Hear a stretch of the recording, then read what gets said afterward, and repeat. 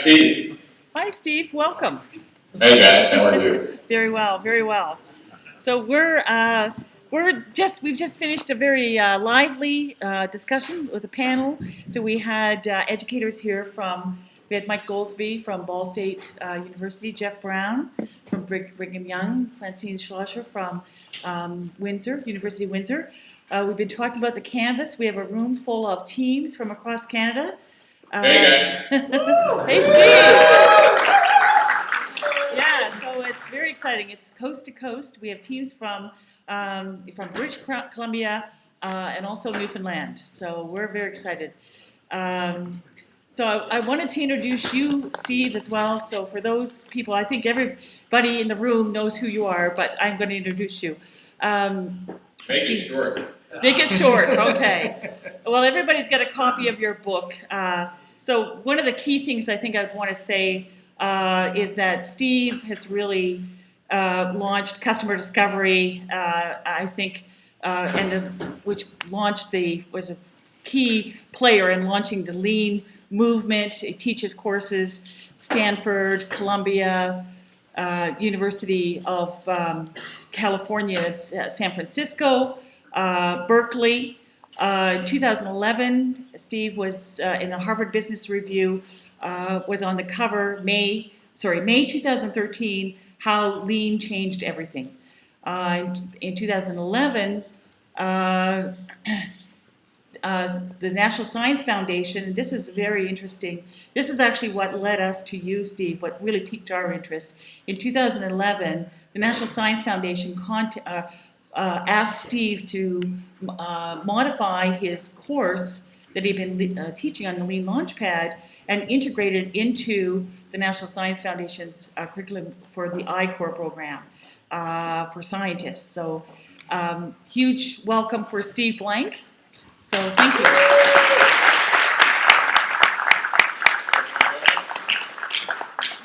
So I'm sitting here with Daniel Boyd. So Daniel. Okay. Steve, how are you? It's a pleasure to speak with you.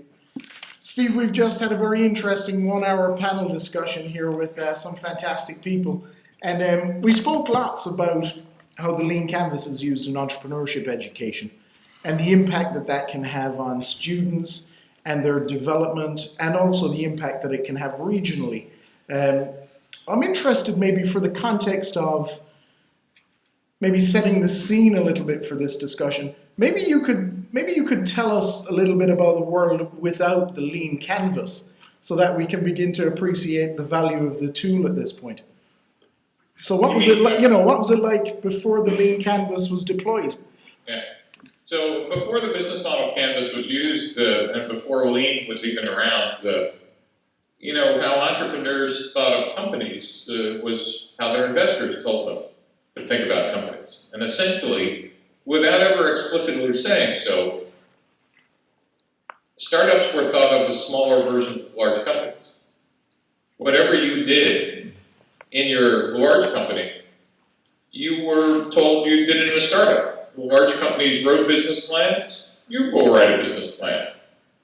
Large companies do waterfall development, alpha test, beta test, first customer ship, you'll do that. Large companies write 5-year plans, income statement, balance sheet, cash flow, you'll do that. And no one ever noticed that no business plan survives first contact with customers. And so the startups that survived, and there were obviously enough to make Silicon Valley and a venture business successful, actually ignored all those rules. Yeah. So, but do you think, Steve, that it helped to build an additional entrepreneurial capacity, let's say, in business schools or with students or with want-to-be entrepreneurs? Do you think it helped foster a growth in entrepreneurial capacity? You mean using the business model canvas and Lean Startup? Yeah, absolutely. Sure. So if you think about what happened, and how's the audio? I hear an echo on my end. Is it okay? It sounds fantastic here, Steve, if it's working for you. Okay, perfect. All right, then I'll just kind of pause. It's ringing in my ears. It turns out it's worth stepping back about a year and recognize where did business schools come from, what did they do, What's the relationship with entrepreneurship and founders? At least in the United States, business schools started as a graduate program with Harvard in the class of 1908. The United States was going from a local economy to a regional and national economy with companies having size and scale, but they needed a series of professional managements that just didn't exist. There was no professional management training.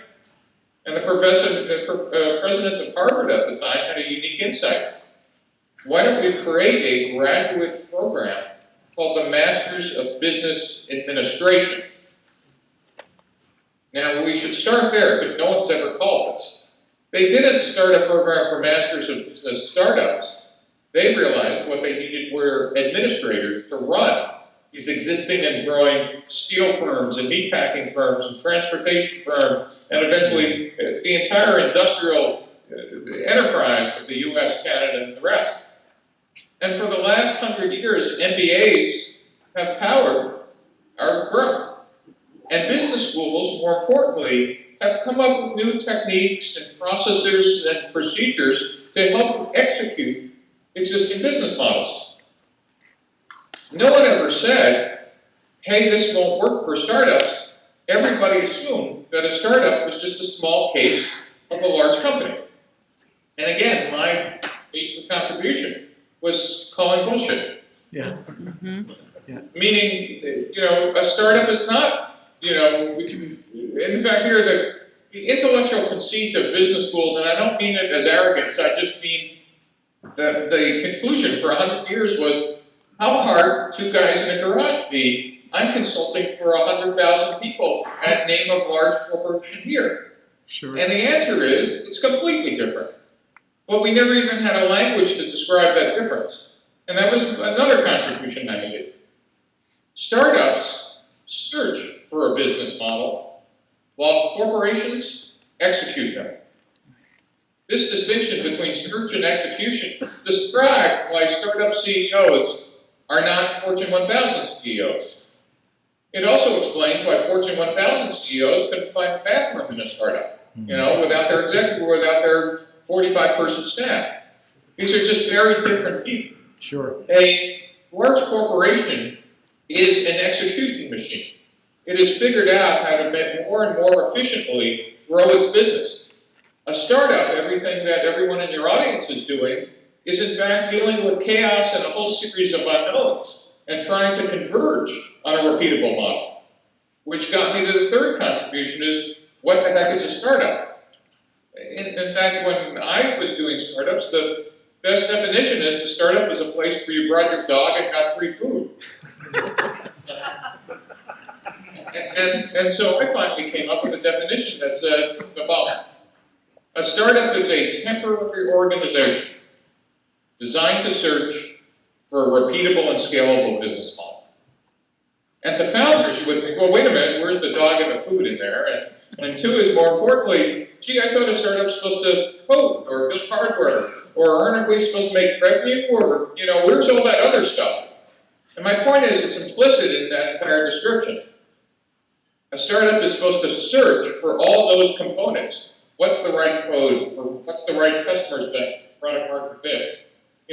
What's the right pricing? What's the right channel? What's the right partners, resources, and activities and costs? Well, the passion of a founder makes you believe you know all that on day one. The reality is, while you think you're a visionary, the odds are you're actually hallucinating. and so, to go back to your original question, what the business model canvas did, at least Osterwalder's canvas did for me, is provide us with a framework to kind of stick all these hypotheses, which you would say are givens, and I will say, you're just guessing. And by the way, I use the word hypotheses because my students at Stanford pay $50,000 a year, but outside of Stanford, it's called guesses. And so the canvas allows us to align those hypotheses, and then the customer development process, my invention, and agile engineering, which has been around for a while, are ways to actually get out of the building and test those hypotheses. Yeah. Did I answer any questions? Listen, you've absolutely answered it. In fact, I'm now more interested than ever in than I've ever have been of sitting down with you maybe and having a beer in private to talk a bit more about some of this. But you brought up something very interesting, Steve. You spoke about the getting out there and the testing piece, right? And Yeah. in this competition, that's what we're going to be looking at tomorrow, right?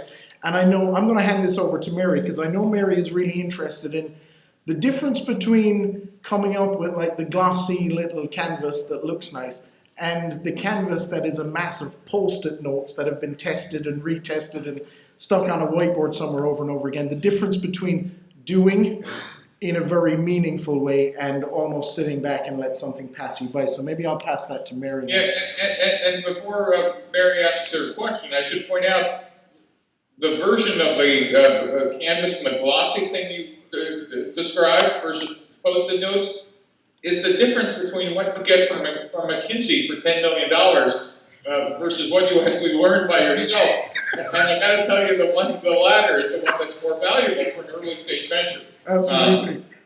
And I'm happy to describe why, but Mary, go ahead. Yeah, and you're leading right into the question, which is, when you start teaching it, you can see that either you're talking about being lean, or you're doing all the hard work and the discipline that goes in behind it to really use the canvas and really use the canvas well. So I'd be really interested to hear that from you.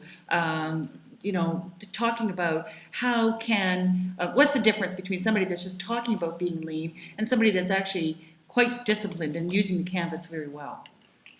Well, I think the difference is between self-delusion and facts. But there really is three different things going on here.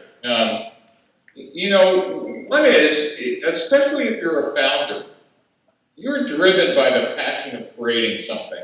And on day one, if you're a great founder, you have no doubt in your mind that you're 100% correct. So number one, we're dealing with a psychology of a founder who is convinced that he has heard or she's heard the voice of God, and all she needs to do is build that ark and put all the animals in it. Right? And Right. It doesn't matter that it's a parking lot in Halifax or something, but they've heard the voice of God.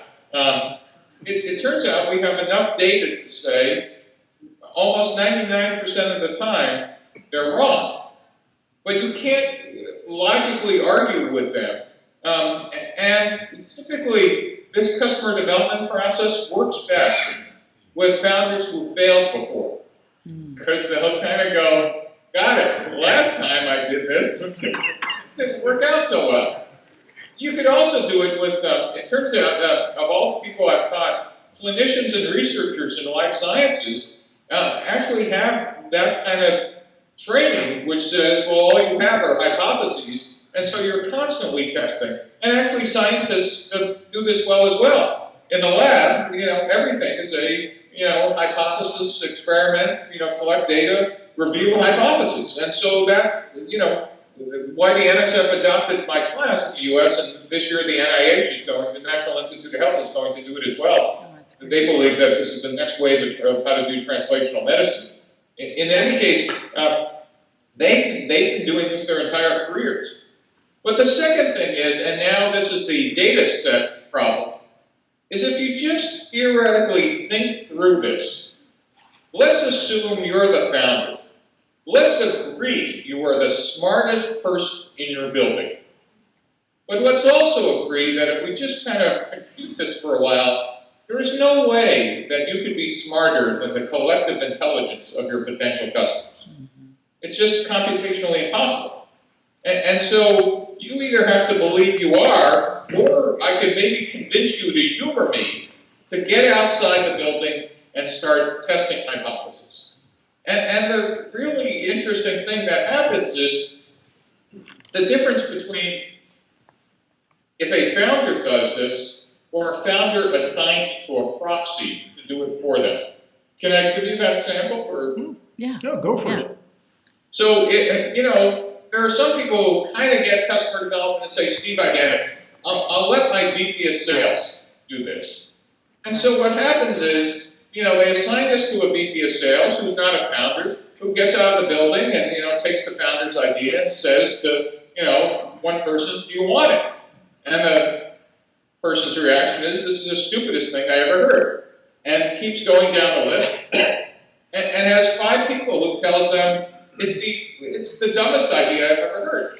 And the VP of sales goes back into the company, and the founder, listens to this and politely says, you're just not describing it correctly, And so get out of the building and go back and describe it the right way, describe it some other way. The VP of sales goes back, multiple times, and finally comes back and tells the founder yet again, this thing isn't saleable. Does anybody have any idea what the founder says then? You're fired. So just let's run this example now, that I don't allow a founder to hire a VP of sales until they do this. Now I'm making the founder go out and do this. The first time the founder hears a customer says, I don't want this, the founder's natural reaction is, what an idiot. They just don't get it. Natural reaction. So a founder goes on and speaks to 2 or 3 or 5 or 10 more people, but there's no running away. All of a sudden, everybody is saying, no, we don't agree with your vision. It's not worth it to us. Smoke starts coming out of a founder's head because cognitive dissonance is setting in. And he's checking, they're telling him his baby is ugly, and he's checking to see if the baby's being held upside down. Maybe he's showing the wrong end of the baby. This is, people are relating to this, Steve. And finally, if you're a founder, and this is the big point, you could now do something that no employee or proxy could ever do. You could ask, well, what is it you would buy? What is it that was wrong? Well, what have you been buying? Was there anything good here? And someone would say, too bad you're not doing X. And you go, X? I had X in the lab for the last 5 years. I didn't think anybody, oh yeah, you can do X. We'd love to buy 1,000 of those. And if you're a smart founder, you go, what do you like it? Or somebody might say, it's features 4, 7, and 12 that are important. And you go, really, 4, 7, and 12? Are there any more people like you? Oh yeah, I'm the head of the so-and-so committee. There are 1,700 of us who would buy features 4, 7, and 12. Only the founder, big idea, could make pivots out in the field. No proxy can do that. Does that make sense? Yeah, no, absolutely. And that kind of explains, by the way, what a pivot is. A pivot is a substantive change to one or more of the business model canvas components. It could be a change in the feature set. It could be a change, you fired a customer segment and said, no, not these customers, maybe these customers. It could be a substantive change in pricing or revenue model or cost, etc. A startup goes from failure to failure. That's another big learning. In a large corporation, you go to failure, you're fired because there's a known procedure and job spec just worked repeatedly in the past. In a startup, you're trying to discover what that repeatable pattern is. So as long as you're making quick and iterative experiments, the failure part is good because failure equals learning, not disaster, until you run out of cash. Yeah, so that brings us actually to a really good question, right? In this cacophony of a mess of trying to pivot and trying to stay straight and keep the thing on track with customer focus, at what stage can you advise our competitors here tomorrow? Can you advise them what you understand the term investment ready means in the context of having gone out, worked the plan, tested some hypotheses? What does the term investment ready really mean for these guys tomorrow? Well, investment ready needs to match the investor's golden rule. Do you know what the investor golden rule is? Now, the investor golden rule is they have the gold, so they make the rules. And so number one, in your area and your region, you need to understand what are your investors' readiness criteria. So, for example, when we came up with the investment readiness levels for life sciences, when we first came up with this investment readiness level idea, we were teaching with 4 venture capitalists, therapeutics, diagnostics, devices, and digital health. And they modified this little thermometer to like how they've mentally been thinking about investments for 20 years, but no one had ever forced them to actually say, oh, Steve, let me share with you my thinking process on how I look at deals. And by the way, it used to be a secret sauce that they would never have shared that with their companies coming in. But what we did was made them write down their criteria and let the teams rank themselves before the investors even rank them. Does that make sense? No, absolutely. And so investment readiness will vary depending on who the investors are, what the regions are, etc. And it's not just all quantifiable numbers. There's obviously qualitative metrics for, do I believe the team? Do they have passion? Do they have track record, etc. But now we can kind of ask some basics. In a web mobile app, besides product market fit, I mean, you have users. What's the number I'm looking for? Is there traction? Is it scalable? Do you have evidence of scale?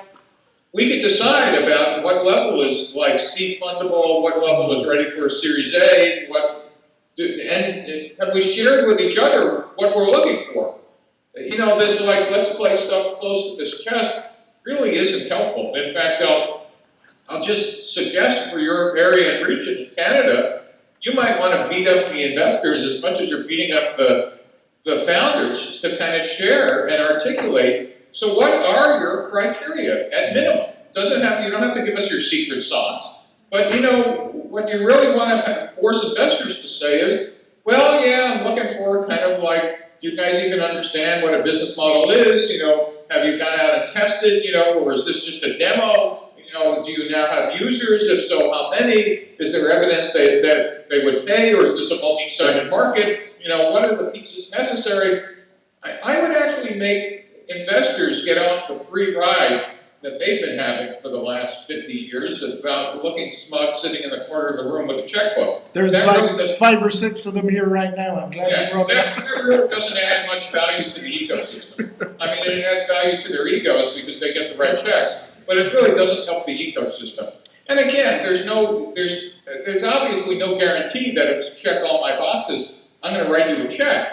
But it now helps the rest of the ecosystem, meaning the entrepreneurs go, oh, I've been focusing on the wrong thing, at least if I want to get money from these guys. Or, gee, these guys are more interested in market size than they are, validation of the number of customers. Yeah. All those are interesting things that need to be shared back for an ecosystem to work. I do think you brought up, I'm going to stop talking because I No. could stay at this all day long. But you do bring up a very interesting point.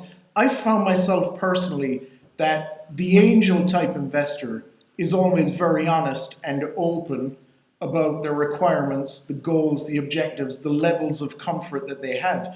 Where I've seen difficulties is with the early stage VC guys, where, like you say, they keep the secret sauce close to their chest, and you get into a dance that can last a long time trying to figure out the requirements that they really need, goalposts shift. It can be a very challenging thing for a young company. But I like your point. I've now concluded that the reason most of them do that is because they're honestly clueless and are embarrassed to be embarrassed. Right. If you actually force them to say, so in your partners meeting, do you guys have any formula or rigorous, any rigor at all? And in most partners meetings, it's kind of like, oh, he has an ugly girlfriend. It can't be any good. I think it's really important that our competitors hear this, though, Mary. I think it's a really important point. That's a line from Moneyball, by the way. I don't know if you guys know the movie. I do. But Absolutely. That's the line. The radical shift that happened in baseball was that Billy Beane and the Oakland A's started using real quantitative numbers, and the old coaches were saying, you can't pick that player. It has an ugly girlfriend. Ugly girlfriends mean no confidence, and that's my vision of like what the partners meetings are for most of these, traditional venture capitalists. And again, there's the really great VCs, even though they might not have quantitative numbers, are running a neural net with a pattern recognizer in the back of their head, even though they might not have numerically written it down. Actually do have a set of criteria that over time has gotten pretty refined. I will push back and say that makes it even worse as a disservice to the entrepreneurial community of not realizing that they actually have an obligation to grow us smarter by saying maybe we should just write this down and share. How is it we actually process this stuff? And yes, the top 20% is our secret sauce that differentiates our firm. But the bottom 80% can make all entrepreneurs smarter and lift all the boats if we just tell you, here's what we're looking for, plus all this unquantifiable stuff, we can at least get rid of the 50% of crap of us all guessing. So I'm in where you were, and I realized, sometimes people who don't tell you much are actually quite smart. Most of the time, they're just stupid. And this is, I believe, kind of falls in that category. I wish I was recording this so I could just play that piece back to myself the next time I get knocked out of an investment pitch, Yeah, but again, I'll go back to remember the golden rule. When they have all the checkbooks, it doesn't matter whether you're right or you think they're idiots or they're not. I mean, think about this. And I don't mean to diss VCs because a good number of them now are good friends. But none of this theory about lean and how to build startups came from business schools or venture capitalists. I just think that's a huge disservice. I mean, they never even bothered to look at their own data for the last 50 years. Zero. If I was running any venture capital association, I guess I would be embarrassed, but that doesn't seem to be a characteristic of the class. It's just like we learned nothing. And that's just, as I said, my goal is not to do the same thing we did for the last 75 years. My goal is to make us a lot efficient and better in the practice of innovation, particularly because it's getting out of the ghetto in Silicon Valley, and now entrepreneurship is everywhere, in Canada and every corner of the world. Absolutely. But it only works if we can actually extract the heuristics that actually made it successful here. After you, Mary. Yeah. Sorry for So, hogging Steve, that. I'm going to take us back to the canvas and actually teaching it in a classroom, and because we have a room full of students, I know that this is a question that's a tough one. It resonates with them. So week after week, when they're doing customer discovery interviews, in the early days, they were coming back and saying, yes, we did 15 customer discovery interviews, but you could tell that they weren't sort of really asking those tough questions or really relating to the customer. Maybe they were talking too much and not doing enough listening. How do you know when you've had a really good interview with a customer? What would you say would be tips for students doing customer discovery? So on my website, steveblank.com, there's a page called Startup Tools. And on the top of Startup Tools is a set of videos on how to do customer discovery. There's also another tab called Slides and Videos on the steveblank.com page. And so I'm just saying that as a preamble to the following. When I first used to teach my students customer discovery and say get out of the building, I'd find them milling around the parking lot. Asking the first person they saw a question? And then I'd say, no. You need to actually get into someone else's building. Oh, okay. So then I'd find them in customers saying things like, "Hey, here's our product. What do you think? Do you want to buy this? See, look here, And I'd say, no, it's not about selling. And so the next thing they would do is, okay, here are our PowerPoint slides. After 43 slides, what do you think? And I now kind of got it down to a little simple. So the first thing is I want them to do is to back up, leave all the slides and the demos at home. And your first job, before you talk, is to try to think about what you have in your head is implicitly a problem or need that someone wants to solve. Right? As Oscar Wilde would call it, a pain or a need, and a job to be done. I want you to be able to get from someone else their story about their pain or gain or problem that they have or need that hopefully matches what you think they have. And you might be stunned to realize just at the first level that no one other than you believes this is a problem? If so, your last 6 months of code really isn't going to be of interest, right? Because you forgot to start with, did anybody else other than me care? The next step is, now I want you, if you assume you found people, say, yeah, it's a really big problem. Understand, how are they solving the problem today? And it could be, we're ignoring the problem, or no, we've kind of like been buying these other pieces of software, or we're entertaining ourselves these other ways, or we've caught it so important we've cobbled together some solution. Well, at least you can now understand that they've been thinking about a solution. The problem was important, and the solution was important. Then you can finally say, so let me ask you, if you solve the problem this way being your way, without ever again showing a demo or whatever, what do you think? Again, you're still trying to get this hierarchy of information. And then finally you can bring out a demo, and if they say, yeah, that would be interesting, we say, well, with something like this, you show them an MVP. And then again, you might get some feedback, which says, no, I was actually thinking of something over here, but this might be kind of interesting. Does that make sense? Yes, definitely does. Right. You know what? I'm going to need to get a power plug, so I want to apologize for your audience. I'm going to run away for 10 seconds. It looks like I'm going to run out of juice, and that would be Take your embarrassing. time. Take No your time, problem. Steve. Yeah, It's a good point, though. yeah, It's a very good point that he brings up about trying to understand what your investor is looking for. You know, someone asked the question coming up to the panel here previously, what are the tips and tricks that we can use for our presentation tomorrow? That is the same question, just turned on a pivot on its own, right? Your question was asking, what is it that my audience needs to hear tomorrow? It's the same question you need to be having, I think, in your mind, going into a VC-style person or a VC-style scenario, or even an early angel investor. You've got to have that clear, I think. So I'm really glad that point was brought up. yeah, and Sorry. no, we're back. Good. Thanks, Steve. Yeah, that actually came up in the panel discussion earlier in terms of people being so enamored with their idea that it's very hard. They have to learn how to listen before they start talking. Yes, and so let me just maybe concatenate this into a very simple idea, which is powerful. Customer development is not sales. It's a big idea. Your job is not to convince people to like your product or idea. Another big idea. You can learn even more if they tell you why they think it sucks. Yeah. Right? But again, goes against the DNA of a great founder. You want everybody to love it. Yeah.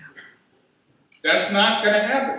And so what you want to understand is enough about the customer segment and about whether you're in the right one and what is it about product market fit or what's not working about product market fit, which could mean either the product or the customer segment you've chosen is just simply incorrect. Yeah. Make sense? Oh, yeah. And these things can only happen when you watch people dilate. Right. Right? It can't happen over the phone. Right. It can't happen over email. The only substitute for face-to-face is like we're doing now, video Skype. So I can see, are you bored and you're looking at your watch, or are you, doing something else, playing games as you're talking to me? But I can't tell any other way other than when I see your face. This happens to be it. Yeah. Part of the human condition. Yeah. It's what validation is about. That's when you know. Yeah. When enough people are doing that, then you're onto something. Right. So, Steve, I've got a question for you, and this is going back to, for years and years, the question, can you teach entrepreneurship? And it's been a topic at, various conferences that I've been to, this age-old question. And I want to ask you that question. Can you teach entrepreneurship? So that's a great question. My friends who knew me as an entrepreneur laughed hysterically when they heard I was now teaching. Because I had been not only a practitioner, I was the most rapacious entrepreneur you had ever seen. I was the fire, ready, aim kind of guy. I was the least likely to succeed in any strategy. But, I was known as the master of like disconnected tactics, which coming from afar looked like a strategy. And then when I started teaching, it was like, Steve, you were a born entrepreneur. What are you talking about? You know that entrepreneurs are born. You can't teach them anything. I mean, that troubled me because I had decided my career was going to be in education, and it has been for the last decade. It took me 10 years to come up with the answer because it's a great question. And I now got the answer. I am convinced it's the following. Of course you can teach entrepreneurship. But the real question that never has been asked is who can you teach it to? That's a really interesting question. That is, I believe you can only teach entrepreneurship to the segment of the population who raise their hand and desperately want to learn it. And that the mistake we've been making in entrepreneurial education is thinking that we were teaching some kind of trade like accounting or finance or law.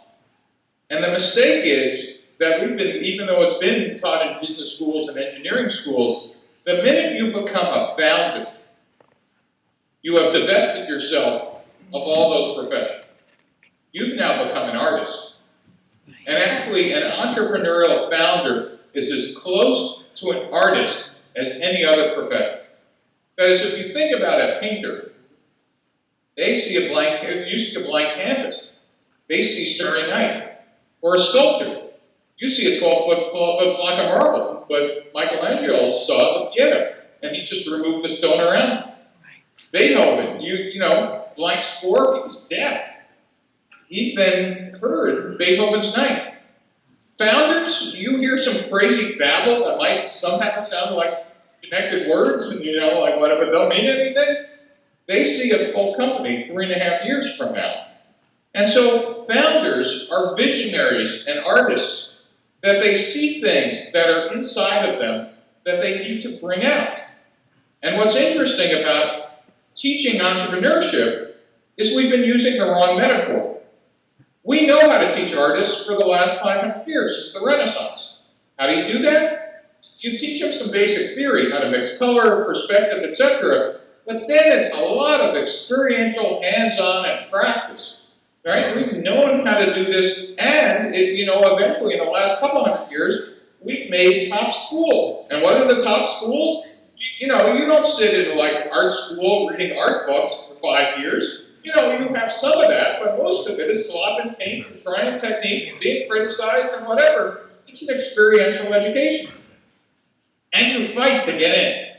You realize it's the pinnacle of your career, and you want to do this. You want to do it desperately.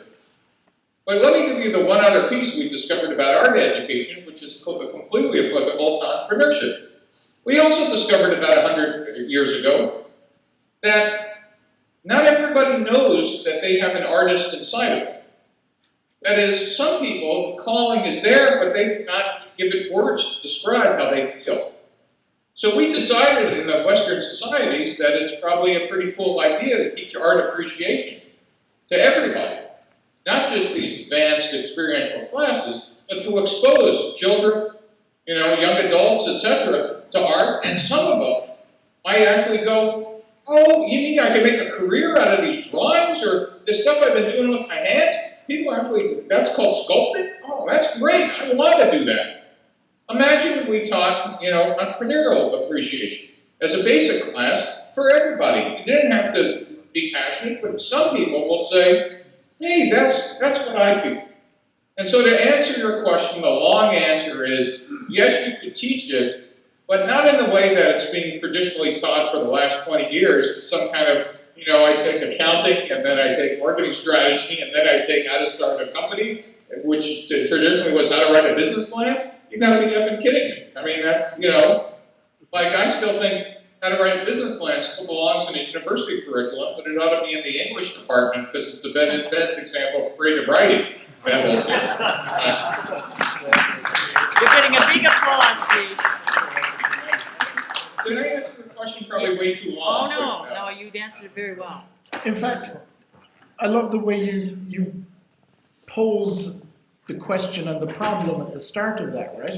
And you gave some really good ideas about how tactically you could identify people who have a flair for entrepreneurship, the kinds of people we should teach, right? But if I take it up a level, in your opinion, what kinds of things can we do as universities to shift that culture to enable people like that a little bit better? Well, as I said, I think the last thing I said is, I think an entrepreneurial appreciation class, and by appreciation, I mean not let's write a business plan, but maybe let's figure out that it's customer development in a lean startup class, much like you guys are doing for everybody, with maybe the difference is the gun isn't to your head that I'm going to beat you with a stick like you have declared your major to be an entrepreneur, but I'm going to show you what a founder actually does. They don't sit around writing plans. They sit around and try to figure out, how am I building and who wants it and what's the revenue model? I would teach a light version of the Lean Launchpad class or something equivalent that's experiential. And by the way, people are now teaching this in high schools, United States middle schools. So you'd see it as being more beneficial coming from the grassroots up, in terms of nurturing it on the ground like that, rather than a cultural change strategically in how universities interact at a strategic level with this type of education.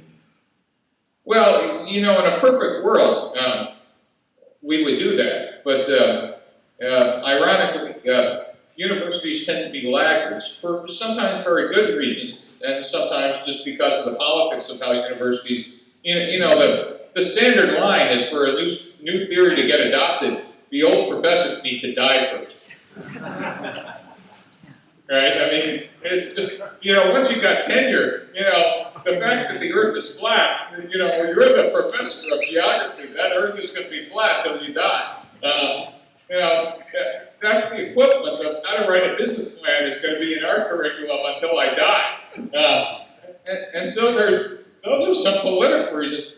I have found that, you could run a guerrilla effort inside a department by doing what a lot of smart schools are doing, and you're doing it, is actually partnering with the environment outside. It turns out when there's more entrepreneurial education going on outside your school than inside, then it's time that you become an outward-facing, professor and partner with open resources and just, keep inquiring about the health of the head of your department.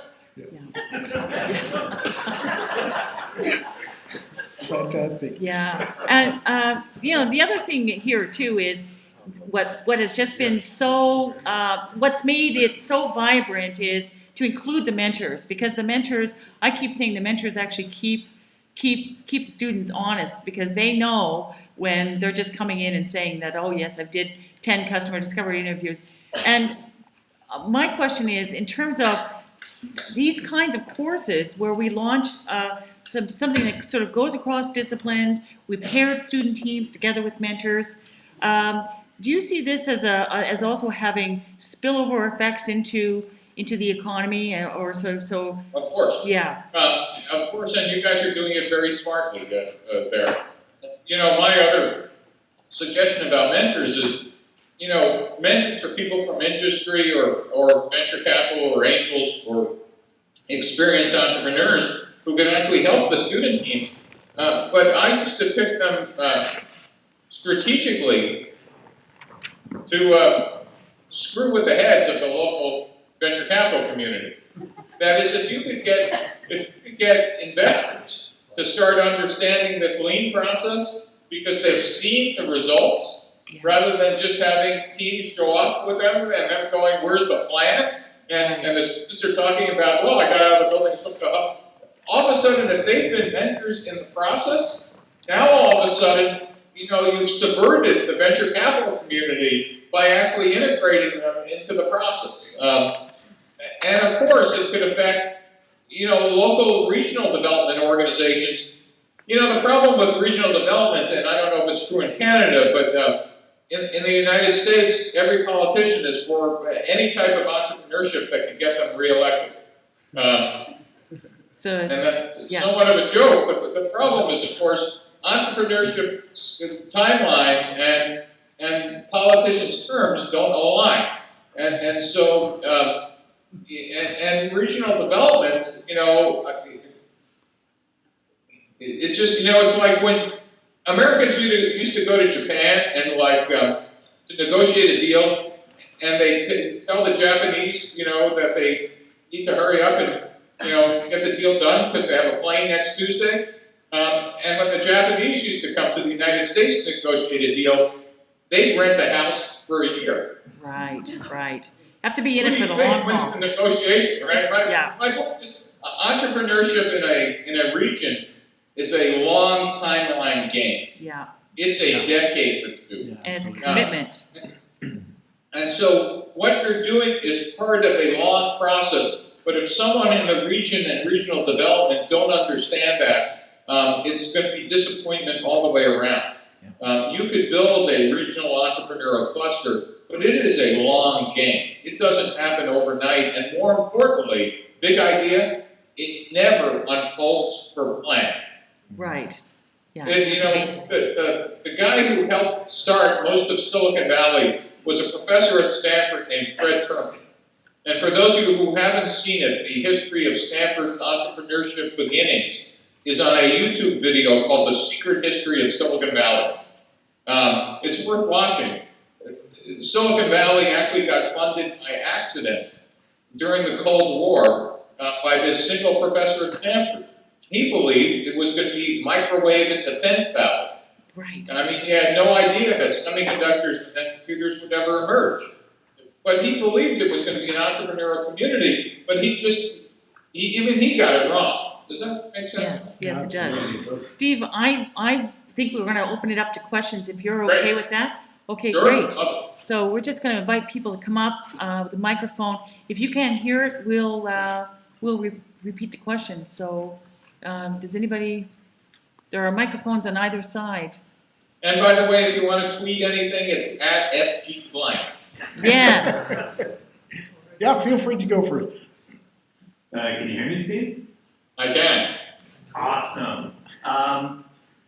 As I'm actually a startup founder that came out of the Starting Lean program here at Dow. In the first year, they taught the course, so we're now taking capital in and going to be in market next year. But having moved from the classroom to we incorporated sort of a month after the course ended and really went for it. I've seen sort of going from the classroom to the accelerator level to taking investment, and so I was really wondering about what you thought about the interplay between those areas. So there's the classroom level where you give people the lead Sorry, skills. do you have a question? I do. It's actually how accelerators and universities interact. So accelerators have educational programs, but also universities are starting to put accelerators in the school. And so I'm really asking about the interplay between those who teach and have studied this stuff in academia and those who have done it but I'm not sorry, what's studied the it. question? It's whether schools should be accelerators and whether accelerators should be schools. Yes. Next question.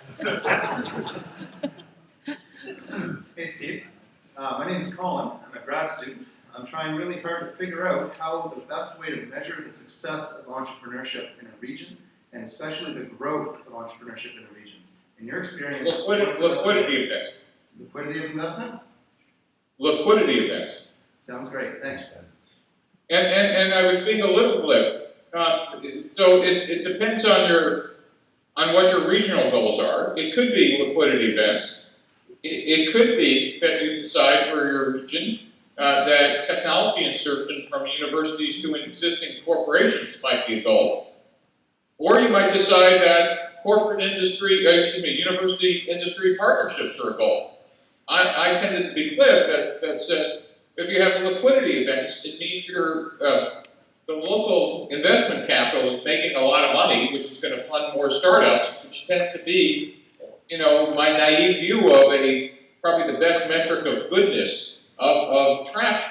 But you can decide there are others as well, depending on what the goals are.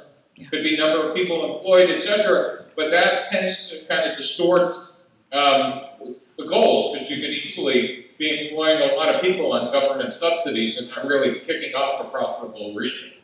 Did that answer the question? Yeah, thanks, Steve. We've got another one coming here now.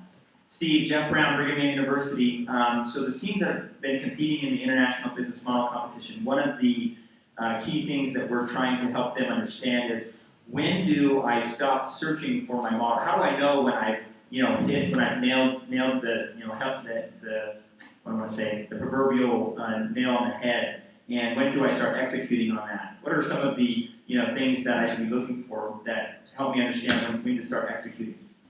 So that's a great question, because there's about 2 or 3 or 4 levels of answers, and I'll give you the easiest to the hardest.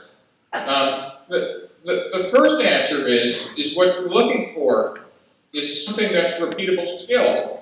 If you keep getting the same response positively, you might have found the answer to, yes, hypothesis tested. But the real fingertip feel of an entrepreneur and a good board and a good set of investors is, well, yes, I tested this hypothesis and it came out positive, but if I run the thought experiment, I just optimized for a $2 million a year business. So it might have been, yes, I validated these answers, but if I step back and go, what was the total available market of these users who love the product?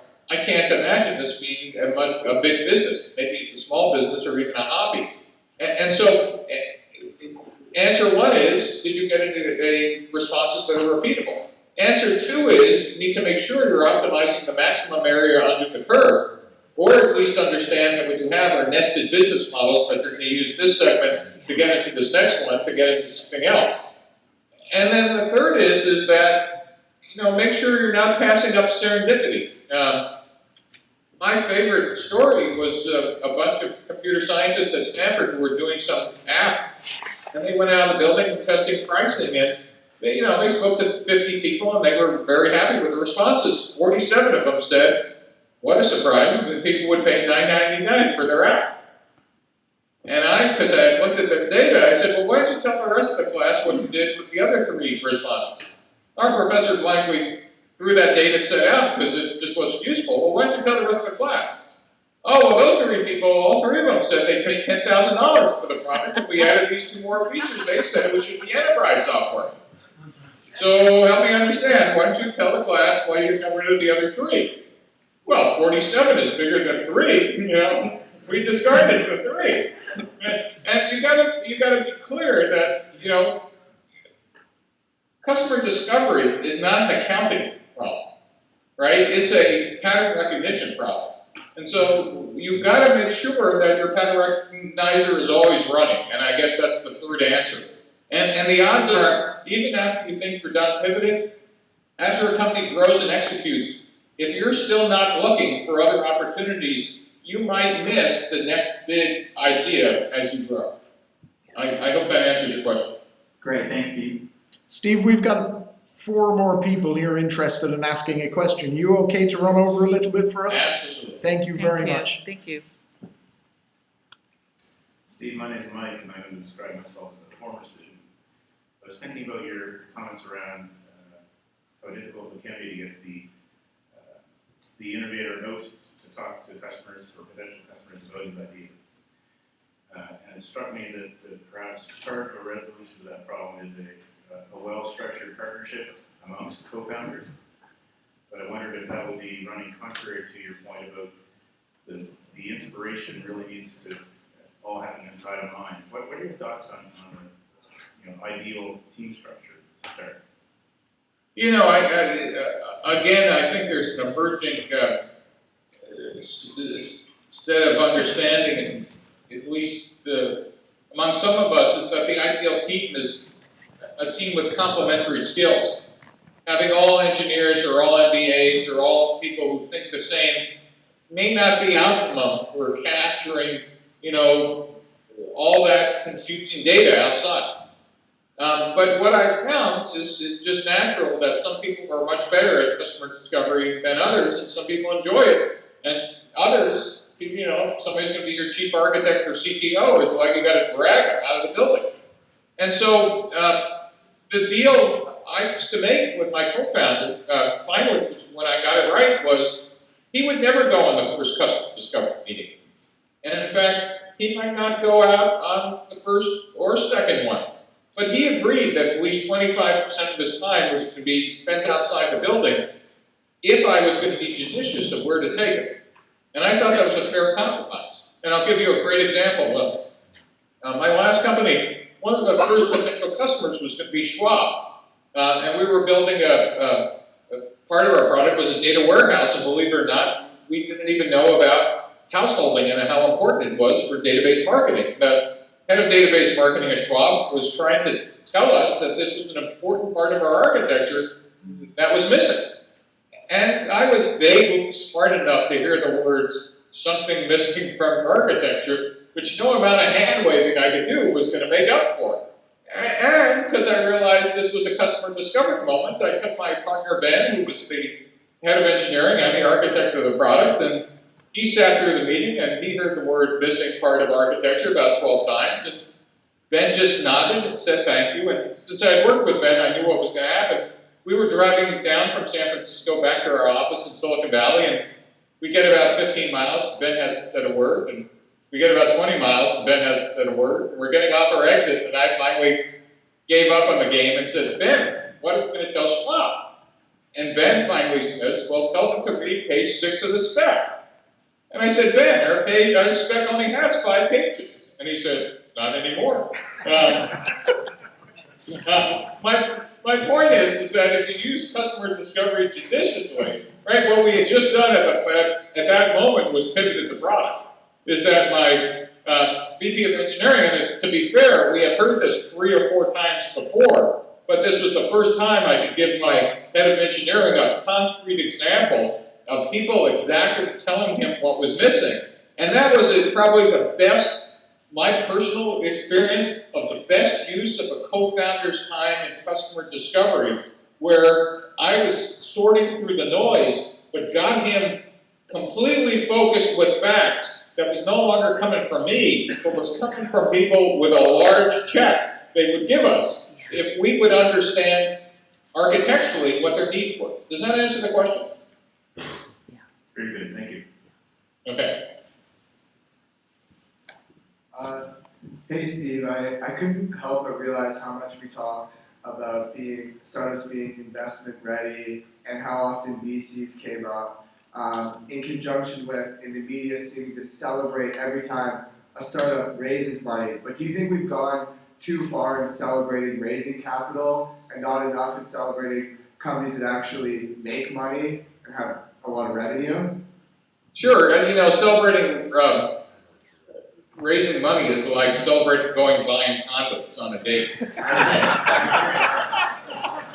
Sorry, I made that up. I don't know. It's a little premature for the celebration.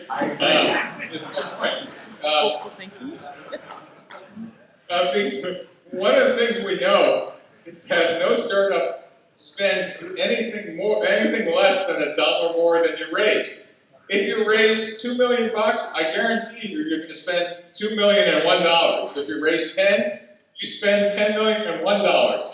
I don't know how it is. There's just this magic sucking sound on your bank account that scales with the money you raise. It happens all the time.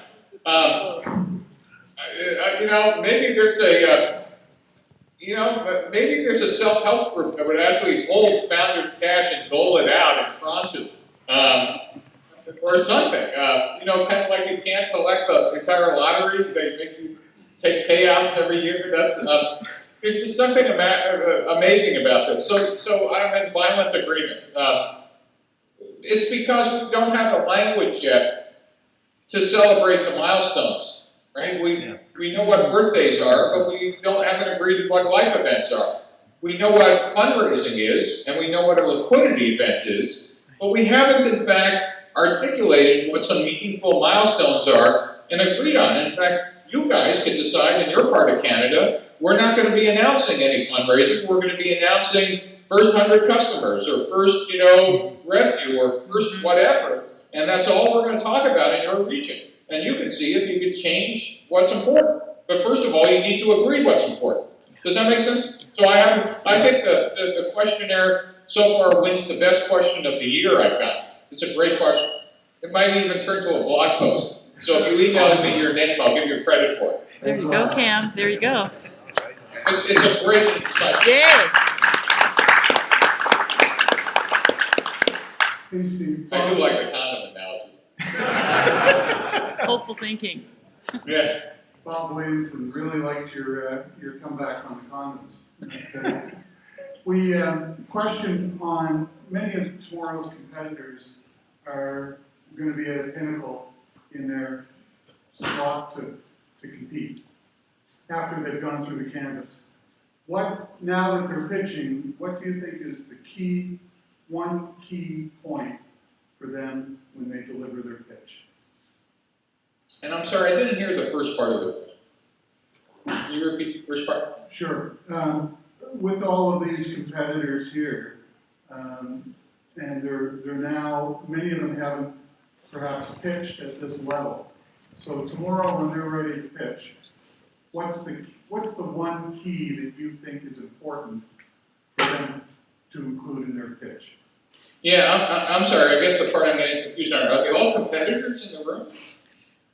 It's a mix, Steve. So we've got teams here from, we've got 16 teams that are competing tomorrow. From across Canada, we also have faculty and mentors, and we have people from the region, from the startup community. You mean competitors in the sense of best? For the business model competition. Yeah, not directly the same product. No. Okay. Yeah. So I don't think of any of you as competitors then, I think of you as compatriots. That's interesting. It's just that only one of you are going to be selected, but you're all on the same journey. And what we tend to look for in our final presentations are very different than demo days. What we tend to optimize for is the amount of learning you've done and the evidence and trajectory that you're going to continue to do that. That's very different from the founders and bathing suits in a beauty contest with great font, loud voice, and nice demo, right? The latter is a point in time. I made a great demo, here's my view of the world, and let me tell you,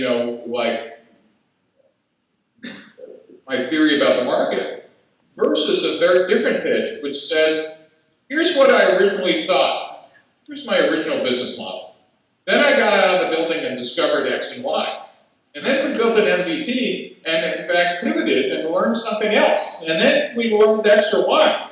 I have to tell you, when I'm looking at a team that's doing that, I'm now understanding, gee, do they understand their entire business model? Holy cow, look what they learned. Look at the speed of their learning and look how their product has evolved.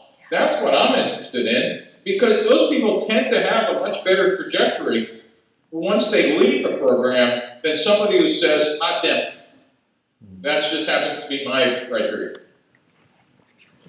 That's great, Steve. Thank you very much. There are 2 people left, Steve, if you're okay to just hang tight.